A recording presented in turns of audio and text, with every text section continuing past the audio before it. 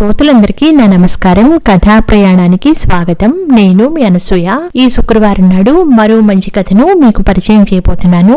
ఈ కథ శ్రీమతి పుత్తూరు విజయలక్ష్మి గారి అమ్మ ఫోటో అనే కథల సంపుటి నుంచి సంగ్రహించబడింది. కథ వివరాల్లోకి వెళ్లిపోదాం. ఇంతకీ కథ పేరు చెప్పని లేదు కదూ, రోల్ మోడల్ కథ పేరు. కారులో వెళ్తున్నాడు ప్రసాద్. అది హైవే. 100 కిలోమీటర్ల స్పీడ్ తో వెళ్తోంది కారు. వెనక సీట్లో కూర్చుని హాయిగా ప్రకృతి అందాలను ఆస్వాదిస్తూ ఉన్నాడు. వాతావరణం కూడా మబ్బు పట్టి ఆహ్లాదంగా ఉంది. పచ్చని చెట్లు, పంట పొలాలు, చిన్న చిన్న ఊళ్ళు. అలా వెళ్తూ ఉంటే ఒక వస్తువు అతని కళ్ళపడింది. ఒక్క క్షణం మెరుపులా.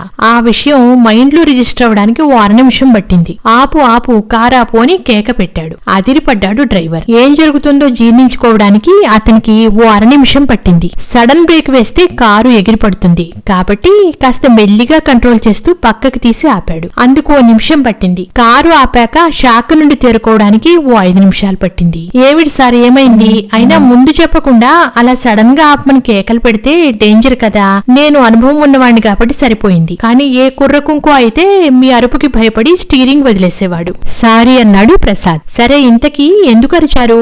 ఏమైనా వస్తువు పడిపోయిందా? లేదు, ఎన్నాళ్ల నుంచో వెతుకుతున్న వస్తువు దొరికింది. అర్థం కాలేదు డ్రైవర్ కి. అంత వేగంగా పోతూ ఉండగా కారులో కూర్చున్న వ్యక్తికి ఏం వస్తువు దొరుకుతుంది? అదే అడిగాడు. చెప్తాను, కారు వెనక్కి తిప్పు అన్నాడు ప్రసాద్. వెనక్కి తిప్పాలా? ఎందుకు సార్? చెప్తాను, నువ్వు ముందు వెనక్కి తిప్పు. హైవేలో వెనక్కి తిప్పడం అంటే మరి ఎంత దూరం పోవాలో. ఎంత దూరమైనా పర్వాలేదు, తిప్పు, మనం వెనక్కి వెళ్ళాలి. మరి 11 గంటలకు ముందుగానే అక్కడ ఉండాలి అన్నారు. లేట్ అవుతుందేమో. అయినా కొంపలేం అంటుకోవు. నేను వెళ్లి ఇంటర్వ్యూలు తీసుకోవాలి. నేను ఇంటర్వ్యూకి వెళ్ళక్కర్లేదు, నువ్వు వెనక్కి తిప్పు అన్నాడు. నెమ్మదిగా పోనిచ్చా డ్రైవర్. ఎంత దూరం పోయినా కట్ రాదు. 6 కిలోమీటర్లు పోయాక అప్పుడు ఉంది కట్. యూటర్న్ తీసుకుని వెనక్కి పోవడం మొదలు పెట్టాడు. మళ్లీ 8 కిలోమీటర్లు వెళ్లి అక్కడ యూటర్న్ తీసుకుని ఇప్పుడు చెప్పండి సార్, ఎక్కడ ఆపాలి అని అడిగాడు. లెఫ్ట్ నెమ్మదిగా పోని అన్నాడు ప్రసాద్. మెల్లగా పోతోంది కారు. అద్దం దించేసి తలకాయ బయటపెట్టి ఆ పోని, ఇంకాస్త ముందుకు పోని అని చెప్తుంటే పోయి ఒక దగ్గర ఆపేశాడు. ఆపావే పోని అన్నాడు ప్రసాద్. ఇందాక మీరు అరిచి ఆపేసింది ఇక్కడే సార్ చెప్పాడు డ్రైవరు. అవునా, మరి ఏది? అదేనో ఇందాక కనిపించింది, ఇప్పుడు కనిపించలేదు. ఏమిటి సార్ అది? ఉండబోయ్, అసలే నాకు టెన్షన్ ఉంది. కనిపించినట్లు కనిపించి అంతలోకే మాయమైంది. ఇంతలోకి ఏమైపోయింది? ఓ పంచి మళ్లీ వెనక్కి తిప్పు. డ్రైవర్ కి చిరాకు వచ్చేసింది. కారు ఆపేసి దిగిపోయి నీ దిక్కున్న చోట చెప్పుకో అని ఏ లారీనో ఎక్కి ఇంటికి వెళ్లిపోదాం అనిపించింది. కానీ అలా వెళ్లిపోతే ఇంట్లోనే ఉండిపోవాలి, ఉద్యోగం ఊడిపోతుంది. కస్టమర్ VVIP జాగ్రత్త అని ముందే హెచ్చరించారు కంపెనీ వాళ్లు. ఇస్త్రీ మడత నలగని తెల్లటి యూనిఫాము, తల మీద టోపీ పెట్టుకుని డ్యూటీకి వచ్చాడు. మళ్లీ వెనక్కి వెళ్లాలా సార్? మీకు లేట్ అవుతుందేమో మరోసారి అడిగాడు. అయితే ఆయన వెనక్కి తిప్పు అన్నాడు ప్రసాద్ చిరాగ్గా. అతనికి చాలా టెన్షన్ గా ఉంది. మళ్లీ సీన్ రిపీట్ అయింది. కారు ఆపమని ఏది ఇంతలోకి ఏమైపోయింది అని దిగాలు పడిపోయాడు ప్రసాద్. ఎవరో ఎత్తుకుపోయి ఉంటారు సార్ అన్నాడు డ్రైవరు. రోలు ఎవరు ఎత్తుకుపోతారు? అది కాసేపట్లో నీ వెర్రి కాకపోతేను నోరావలించాడు డ్రైవరు. రోలా? అవునో ఈ రోలు అన్నాడు ప్రసాద్ దిగులుగా. ఆయన వంక అనుమానంగా చూశాడు డ్రైవర్. పెద్దవాళ్ళకి మేధావులకే వేపగాయంత వెర్రి ఉంటుంది. ఈయన కూడా ఆ బాపతేనేమో అనుకుంటాడు. రోలేవిడి సార్, రోలెందుకు మీకు? ఏం చేసుకుంటారు? ఆయన వంక అనుమానంగా చూస్తూ అడిగాడు. రోలుతో ఎవరైనా ఏం చేస్తారో ఈ పచ్చడి నూరుకుంటారు చెప్పాడు ప్రసాద్. కానీ సార్, మీకు రోలు కావాలంటే సిటీలో కొనుక్కోవచ్చు కదా. ఈ మోడల్ రోలు కావాలంటే సిటీలో ఎంత వెతికినా దొరకలేదు. నువ్వు పని చెయ్యి, వెనక్కి తిప్పు అన్నాడు.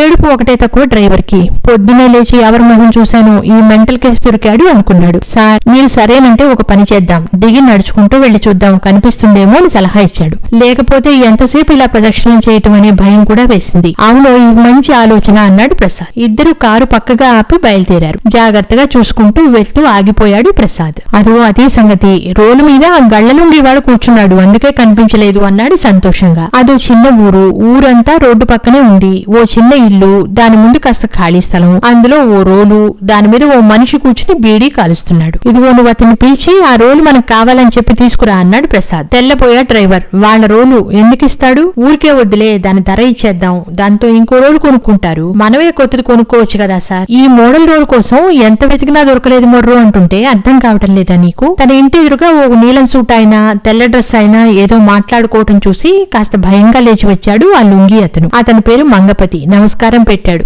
అడుగు అన్నాడు ప్రసాద్. నేరుగా అడగటానికి కాస్త మొహమాటం వేసింది డ్రైవర్ కి. అతనికి తనని పరిచయం చేసుకుని ఈయన చాలా గొప్పవారు అని ప్రసాద్ ని పరిచయం చేశాడు. నీ పేరు ఏమిటి అని అడిగాడు. ఇంత పెద్దవాడు తన దగ్గరికి ఎందుకు వచ్చారో అని కంగారు పడుతూ, నమస్కారం సార్, నా పేరు మంగపతి, మీరు ఎవరు, నాతో ఏం పని, ఏదైనా అడ్రస్ కావాలా అని వినయంగా అడిగాడు. అడ్రస్ కాదు, నీ రోలు కావాలి చెప్పాడు డ్రైవర్. మంగపతికి ఏమీ అర్థం కాలేదు. అర్థమయ్యాక తన ధోరణి మారిపోయింది. దర్జాగా బీడీ అంటించి నిర్లక్ష్యంగా చూశాడు. అది గమనించి డ్రైవర్ అతన్ని పక్కకు తీసుకెళ్లాడు. ఇద్దరి మధ్య మాటలు జరిగాయి. నేను ఇవ్వను పొమ్మంటాడు మంగపతి. కాదులే ఇవ్వు, డబ్బు ఇప్పిస్తాను, అయినా రోలుగా వాడుకుంటున్నావా, కుర్చీలాగానేగా ఉపయోగిస్తున్నావు, సార్కి ఇచ్చేయి అంటాడు డ్రైవరు. అది మా తాతల నాటి రోలు, నేను ఇవ్వను అంటాడు మంగపతి. కాదులే పెద్దాయన సరదా పడుతున్నాడు, ఇవ్వు అని నచ్చ చెప్తే కాస్త మెత్తపడ్డాడు. కాకపోతే వైద్యానికి కావాలి ఆముదం ఆకు ఇమ్మంటే ఆకు 6 వరహాలు అన్నాడు అని సామెత చెప్పినట్టు ఆ తాతల నాటి రోలుకి ఓ 5,000 ఇమ్మన్నాడు. ఓ 200 ఇప్పిస్తా అన్న డ్రైవర్. చివరికి 1,500 దగ్గర బేరం కుదిరింది, రోడ్డుతో పాటు పొత్రం కూడా.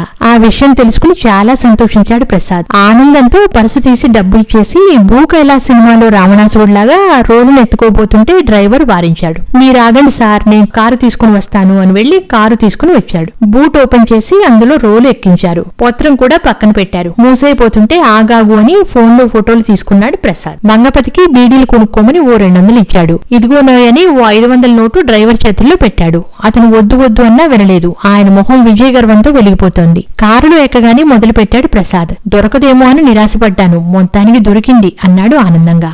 ఏమిటి సార్, ఈ రోలు మీకు ఇంత ఇంపార్టెంట్ ఏమిటి అని అడిగాడు. న్యాయంగా డ్రైవర్ కారులో కూర్చున్న పెద్దవాళ్ళని అలా ప్రశ్నలు వేయకూడదు గాని పట్టలేక అడిగేశాడు. అవును ఇంపార్టెంట్. ఈ మధ్యకాలంలో మళ్లీ పాత పద్ధతులన్నీ వచ్చేస్తున్నాయి కదా. రాగి పాత్రలో నీరు తాగడం, మట్టి పాత్రలో వండుకోవటం, రోట్లో పచ్చడి నూరుకోవటం. మా ఇంట్లోనూ అదే పద్ధతి మొదలైంది. అవన్నీ ఆన్లైన్ లో దొరికాయి గాని రోలు దొరకలేదు. అప్పటికి అన్ని చోట్ల వెతికాను. రోళ్లలో అన్ని మోడల్స్ ఉంటాయని నాకు తెలియదు. 4-5 మోడల్స్ ఉన్నాయి, కానీ అవేవి ఆవిడకి నచ్చలేదు. అందులోనూ మా ఆవిడ ఇటువంటి విషయాల్లో చాలా ఖచ్చితం మనిషి. యశోదమ్మ కృష్ణుణ్ణి తాడుతో కట్టేసిన మోడల్ రోల్ మాత్రమే కావాలట. అది దొరికితే చూడండి, లేకపోతే మానేయండి అని చెప్పేసింది. నాకు అదిగో ఇదిగో అంటూ 60 ఏళ్లు వస్తున్నాయి. ఇప్పుడు కాకపోతే ఇంకెప్పుడు తీరుస్తాను భార్య కోరిక.